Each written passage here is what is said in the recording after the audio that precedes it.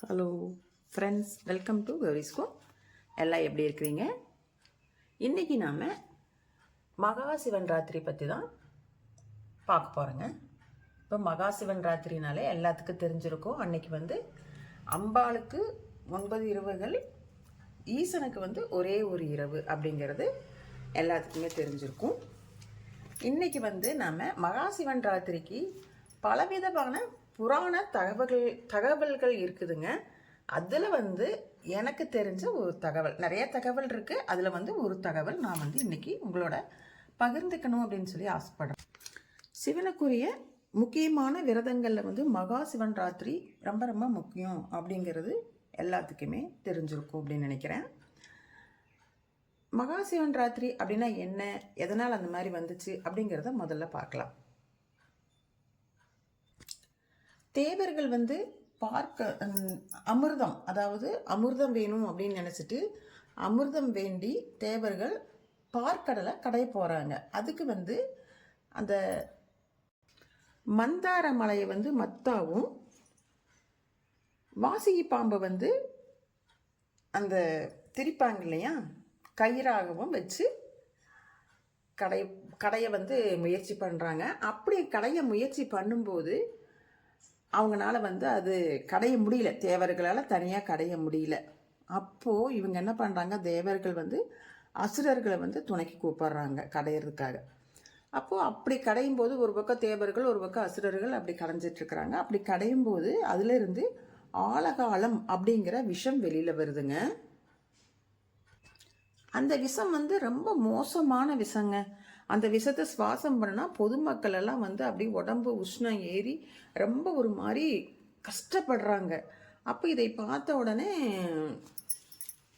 பார்வதி அம்மா என்ன பண்ணுறாங்க, இந்த பரமேஸ்வரன் கிட்ட சொல்கிறாங்க, இங்கே பாருங்கள் இப்படி கஷ்டப்படுறாங்க மக்கள், என்ன பண்ணுறது அப்படின்னு சொல்லி பேசுவாங்க இல்லையா. அந்த மாதிரி அப்படி அவங்க பரமேஸ்வரி தாயார் அப்படி சொல்லும்போது, பரமேஸ்வரன் கிட்ட ஈஸ்வரி தாயார் அப்படி சொல்லும்போது ஈஸ்வரன் என்ன பண்ணுறார், பரமேஸ்வரன் அந்த ஆலகாலம் அப்படிங்கிற அந்த விஷத்தை எடுத்து அவர் சாப்பிட்றார். அப்படி சாப்பிடும்போது என்ன ஆகுது, அவர் அப்படியே மயங்கிற மாதிரி ஆயிடுறார், அப்படியே சரீர மாதிரி ஆயிடுறார். அவருக்கு அந்த நிலையில் இருக்கிற அந்த ஈஸ்வரனுக்கு பேர் நீலகண்டன். அப்படி சரிங்கிற மாதிரி ஆன உடனே தேவர்கள் எல்லாம் ரொம்ப பயப்படுறாங்க. தேவர்கள் எல்லாம் ரொம்ப பயந்துடுறாங்க. பயந்து என்ன சொல்கிறாங்கன்னா, சுவாமி நீங்கள் தான் கண் விழித்து எங்களை காப்பாற்றணும், எங்களையெல்லாம் காத்து அருள வேணும் அப்படின்னு சொல்லி பிரார்த்தனை பண்ணுறாங்க. அப்படி அவரை தேவர்கள் பூஜித்த அந்த காலமே மகா சிவராத்திரி அப்படின்னு சொல்லி அழைக்கப்படுதுங்க.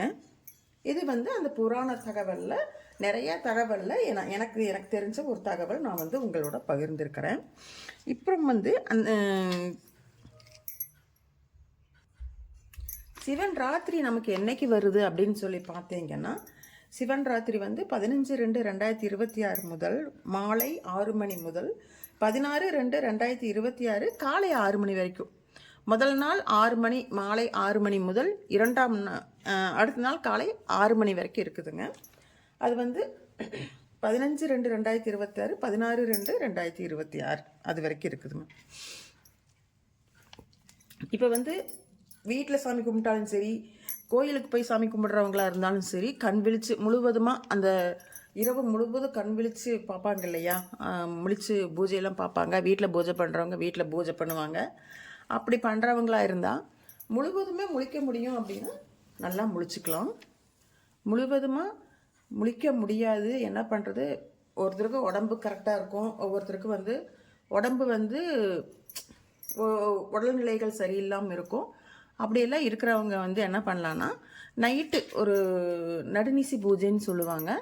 அதாவது லிங்கோத்பவர் பூஜை. அந்த சிவனுக்கு பின்னால் இருப்பாருங்க அந்த லிங்கோத்பவர், அவருக்கு தாங்க பூஜை பண்ணுவாங்க. அந்த 12 மணி பூஜை டைம் பார்த்தீங்கன்னா 11:30 மணிலிருந்து இரவு 11:30 மணிலிருந்து 1 மணி வரைக்கும் அந்த பூஜை இருக்குங்க. அந்த பூஜை நம்மளால் முடியாது, முழுவதுமாக முழிச்சு பார்க்க முடியாது, முழிக்க முடியாது அப்படிங்கிறவங்களுக்கு அந்த பூஜை அந்த 1 மணி வரைக்கும், அதாவது 11:00லேருந்து அந்த 1 மணி வரைக்கும் அந்த பூஜை நீங்கள் பார்த்துட்டு அப்புறமா நீங்கள் தூங்க போய்க்கலாம். சரிங்களா? முடியாதவங்களுக்கு இது, முடிஞ்சவங்க முழுவதுமாகவே முழிங்க. இப்படி முழிக்கிறதுனால நமக்கு என்ன பலன் கிடைக்கிது அப்படின்னு பார்த்தீங்கன்னா,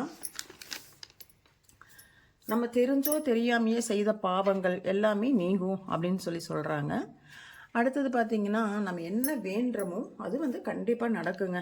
அது வந்து என்னோடய எக்ஸ்பீரியன்ஸில் அது நடந்துட்டு இருக்குதுங்க. நீங்கள் என்ன வேண்டுறீங்களோ அது கண்டிப்பாக வந்து அந்த ஈசன் வந்து கண்டிப்பாக நடத்தி கொடுப்பார். அந்த சிவராத்திரி ஒரு நாள் முழிக்கிறது அந்த வருஷமே நம்ம சிவன் பூஜையில் கலந்துக்கிட்டதுக்கு சமமாமா அப்படின்னு சொல்கிறாங்க. நம்ம வந்து சிவன் ராத்திரி ஒரு நாள் முழிக்கிறது ரொம்ப ரொம்ப விசேஷமானது. ரொம்ப அற்புதத்தை நடத்தி கொடுக்கக்கூடியவர் சிவன். சிவன் வந்து கேட்ட அந்த வரத்தை வந்து அப்போவே கொடுப்பார் அப்படிங்கிறது வந்து எல்லாத்துக்குமே தெரிஞ்சிருக்குன்னு நினைக்கிறேன். அப்படி இல்லைன்னா தெரிஞ்சுக்கோங்க, சிவன்கிட்ட நம்ம கேட்ட வரத்தை உடனே வந்து அவர் யோசிக்காமல் கொடுத்துருவாருங்க. நல்ல வரங்களை வந்து அப்படி யோசிக்காமல் கொடுப்பார். கேட்டாங்களே, நம்ம பக்தர் கேட்டாங்களே அப்படின்னு சொல்லிட்டு. சரிங்களா? சரிங்க. இப்போது அன்னைக்கு வந்து நம்ம என்ன படிக்கலாம், என்ன மந்திரம் சொல்லலாம் அப்படின்னு பார்த்தீங்கன்னா, நமக்கு எதுவுமே படிக்க தெரியாது, எதுவும் சொல்ல தெரியாது அப்படின்னா, சிவனை பற்றி படிக்கிறதுக்கு நிறைய இருக்குதுங்க. நமக்கு தெரிஞ்சது என்ன அப்படின்னு பார்த்தீங்கன்னா, மந்திரம் ஓம் சிவாய நமக, ஓம் நம சிவாய, அந்த மாதிரி ஓம் நம சிவாய, சிவாய நமங்க கூட ஏதோ அர்த்தமெல்லாம் சொல்லுவாங்க, எனக்கு கரெக்டாக தெரியல. ஓம் நம சிவாய அப்படிங்கிற அந்த மந்திரத்தை நீங்கள் சொல்லிகிட்டே இருக்கலாம். அப்படி இல்லைன்னா திருவாசகம் இருக்குது, அது படிக்கலாம். சிவபுராணம் இருக்குதுங்க, அது படிக்கலாம். இதெல்லாம் திருவாசகத்துக்கு உருகார், ஒரு வாசத்துக்கும் உருகார் அப்படின்னு சொல்லியெல்லாம் ஒரு சொல்லுவாங்க. அதெல்லாம் கேள்விப்பட்டிருக்கீங்களா என்னன்னு தெரியல எனக்கு. ஆனால் அவ்வளோ நல்லா இருக்குங்களாம்மா. திருவாசகம் படித்தா அந்த திருவாசத்துக்கு உருகாதவர் ஒருத்தருமே இருக்க மாட்டாங்க அப்படின்னு சொல்லுவாங்க. இப்போது உங்களால் முடிஞ்ச அளவுக்கு முழிங்க. அப்படி இல்லைன்னா அந்த நான் சொன்ன அந்த ஒரு நேரம் கண்டிப்பாக முழிங்க. முழிச்சிட்டு அன்றைக்கெல்லாம் வந்து உங்களுடைய அர்ப்பணிப்பு அப்படியே சிவனோடையே நீங்கள் உங்களைய அர்ப்பணிச்சுக்கோங்க. நீங்கள் நினச்சது எல்லாமே கண்டிப்பாக நிறைவேறும். உங்களுக்காக நானும் சிவபெருமான்கிட்ட வேண்டிக்கிறேங்க. என்னுடைய வேண்டுதலும் நிறைவேறக்கு நீங்களும் வேண்டிக்கோங்க. சிவன் அருள் எப்பொழுது எல்லாத்துக்கும் கிடைக்கணும் அப்படின்னு சொல்லி நானும் வேண்டிக்கிறேங்க. ஓம் நம சிவாய வாழ்க, நாதன் தாள் வாழ்க, இமைப்பொழுதும் என் நெஞ்சில் நீங்காதான் தாழ் வாழ்க. ஓ